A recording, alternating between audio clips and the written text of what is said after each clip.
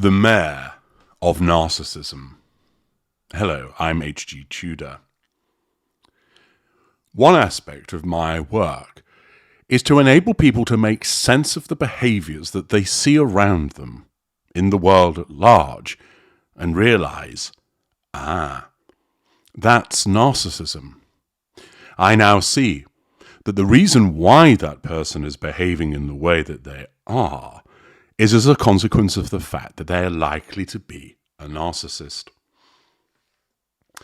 This provides tremendous understanding because hitherto, many people would look upon the behaviour of certain individuals and shake their heads. Why on earth are they doing what they are doing? Can't they see how ridiculous that is? Don't they realise that they're engaging in self-destructive behaviour? People are left bewildered as to why the individual is doing what they are doing. As seen from their perspective, they simply cannot work out why this person is behaving in that manner.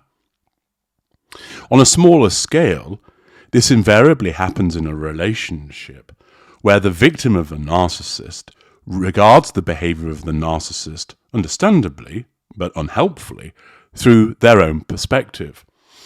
And therefore they attempt to understand the behaviour of the narcissist using their own values, their own subjectiveness, and it leads them in the wrong direction.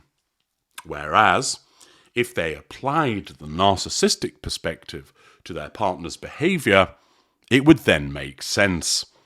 It doesn't mean they'll like it, but they'll at least understand why that person is behaving in the way that they are. The inconsistencies that hitherto have appeared which confuse them. For instance, on Tuesday he said he loved me, but then on Wednesday I caught him texting another woman. Why would he be texting another woman when he tells me that he loves me? It doesn't make any sense. You then end up understanding that he doesn't actually love you because he's a narcissist. And the fact that he's texting other women demonstrates he doesn't love you. He just says that he loves you in order to control you and elicit a response from you by way of fuel. Thus, the confusion that is experienced as to why is he texting women when he says that he loves me is unravelled because you realise, he doesn't love me, that's why it's so easy for him to text other women, and he's doing so purely to pursue the prime aims. On a bigger scale, it enables you to start to understand why is that world leader doing what they're doing. That just seems completely crazy. And yet, you're then able to make sense of why that individual has pursued that course of action, because it caters to the prime aims. I've explained on many occasions how certain aspects of life, certain professions, certain fields are honeypots to narcissists. The entertainment industry is one. Politics is another. Politics attracts a lot of narcissists for two reasons. The first, it allows the wielding of power. Power allows the assertion of control. Power allows lots of fuel to be obtained. Power is a route to entry for character traits and residual benefits, money being a prime example. Furthermore, many narcissists are attracted to politics because invariably, in order to thrive and survive in that environment, you need to be a narcissist. There are non-narcissists that can do well, but it is more difficult for them. And thus it becomes that proverbial viper's nest, whereby it attracts lots of narcissists for the reasons that I've just explained, and therefore because there are so many that are evident, you're better off being one if you want to survive and thrive in that environment. I'm now providing you with another example so that you can understand why this person is behaving the way that they are. And it relates to a female mayor of a tiny Illinois village who apparently has hired a child gang rapist. She's been slammed for living like a royal after demanding a $300,000 salary. She's been using taxpayer money for billboards, hair, and makeup. and passing a law so the next mayor will earn just $25,000. Now, many people would look on this behaviour and go, is she fucking mad? She's lost the plot.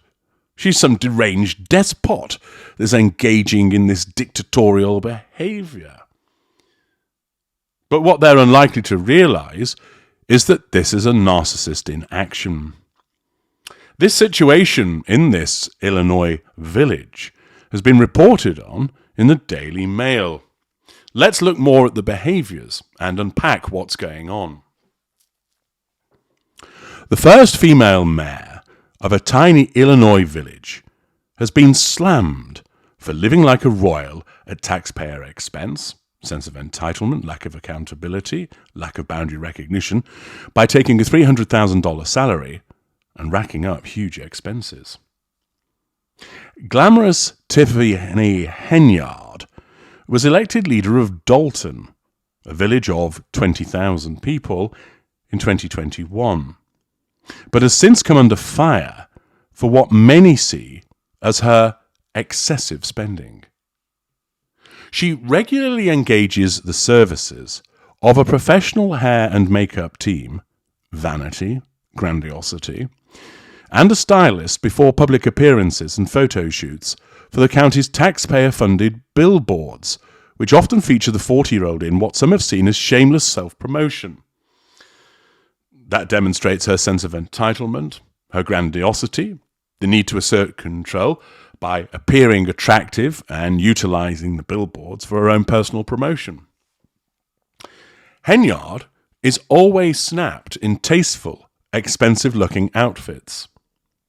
At the moment, around the world, there's a cost of living crisis. Naturally, by spunking money in this fashion, which doesn't belong to her, that demonstrates a sense of entitlement and a lack of accountability. But furthermore, the fact that she's doing this when other people are struggling to survive financially demonstrates her lack of emotional empathy. She has posted photos of herself getting out of chauffeur-driven SUVs, with one Instagram post even appearing to show her with a dog laden with jewellery. Triangulation, grandiosity, vanity. Henyard, who often refers to herself as God's favourite, grandiosity, delusion, has now sparked further outrage by proposing a new law that would cap the next mayor's salary at $25,000, unless she remains in the role. Many believe the proposal, which has been branded illegal, is an attempt to dissuade anyone from running against her in the 2025 race, nullification of potential threat to control. Now, trustees in her town have filed a lawsuit against her alleging forgery and claiming she withheld financial records. The scandal is just the latest to hit the beleaguered mayor after she was slammed for hiring her former campaign worker as the town's code enforcement officer, despite the fact he is a convicted child rapist. Favoritism, sense of entitlement, lack of emotional empathy. She also raised eyebrows after spending hundreds of thousands of tax dollars on security details, including one for an event with senior citizens, and another occasion where she pulled cops off the street to perform a protection outfit. Grandiosity, lack of boundary recognition, sense of entitlement, lack of accountability.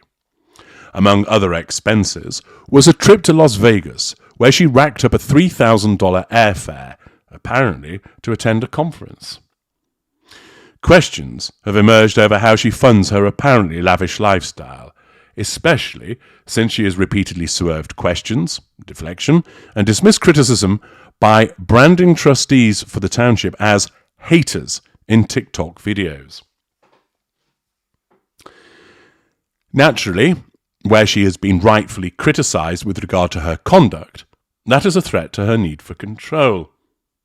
She's unable to take these individuals on directly, and instead, what she then does is take to social media to rant about the trustees and label them as haters, thus trying to engender sympathy from those watching as she indirectly seeks a control over those trustees, seeking to nullify the threat to control posed by their criticisms. Notice this is a common strategy of certain narcissists to pity play by suggesting that they are the victim, that they are the one that is being persecuted, when in actual fact there are legitimate criticisms of this person's behaviour, raised by individuals who have a right to ask these questions, who have a right to make this individual accountable, and yet this is the response that is received. Remind you of anybody else that we regularly talk about. Dalton trustees say she has not explained the need for her eye-watering security budget. They also claim she issued checks without proper authorization, sense of entitlement, lack of accountability. I see no justification whatsoever. More than that, it's really a detriment to the citizens of Dalton, trustee Jason House told Fox 3-2. If we were to take the same money and put it on officers patrolling the streets, then the residents will see a much better presence and public safety will be better. Henyard, a Democrat, was sworn in as mayor in May, becoming the first woman and the youngest person to occupy that post in Dalton's 128-year history. A year after her election, Dalton residents triggered a recall process, threat to control, largely due to her hiring of convicted sex offender Lavelle Redmond into a role that would require him to enter people's homes. Appointing him in such a manner, of course, shows a lack of understanding of the impact upon other people and shows the absence of emotional empathy. According to reporting at the time, the then 16-year-old Redmond and 3 others kidnapped and sexually assaulted 2 girls, ages 13 and 14. At age 17, Redmond was sentenced to 50 years in prison but was paroled in 2016 and required to register as a sex offender. At the time, Henyard defended the move, stating that convicts who have served time deserved a second chance. However, the recall failed on a technicality and Henyard remained in post, turning up to the next board meeting, blasting a disco song and dancing on the podium. Behaving in such a way is both self-absorbed and disrespectful. Following the verdict, she also posted a defiant picture on Instagram, proclaiming herself the People's Mayor, with the caption, "I am and forever will be Dalton's mayor. Grandiosity, delusion." The post is one of hundreds on the politician's profile that features glamorous headshots of her promoting various town events and holidays.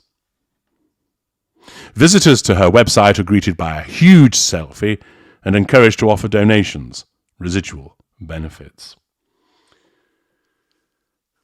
Just some of the behaviours of Henyard, the mayor of Dalton, that's exhibiting many behaviours of a narcissist. There'll be many who are experiencing her behaviours and reading about them that won't actually recognise what's happening. But this is an example of an unsophisticated narcissist getting her hands on power and using it for means which are contrary to what it was granted for. It shows that she's pursuing the prime aims, using her position and the money that comes with it to assert control over people, that she's drawing fuel from people's responses, that she is acquiring residual benefits in terms of the security detail and the glamorous clothing and makeup, etc., all pandering to her sense of vanity and grandiosity. She's clearly a deluded individual who behaves without accountability, and doubtless many residents of Dalton will be shaking their heads wondering what on earth is wrong with this woman. The answer is, she is a narcissist. And once they understand that's what she is, they can then unlock her behaviours and give them a better idea of why she does as she does, and also of the steps that they could then take to deal with her. We're going to be hearing more about the Mayor of Narcissism in a separate video, but she provides another excellent opportunity to see a narcissist in action within the field of politics. I'm H.G. Tudor. Thank you for listening.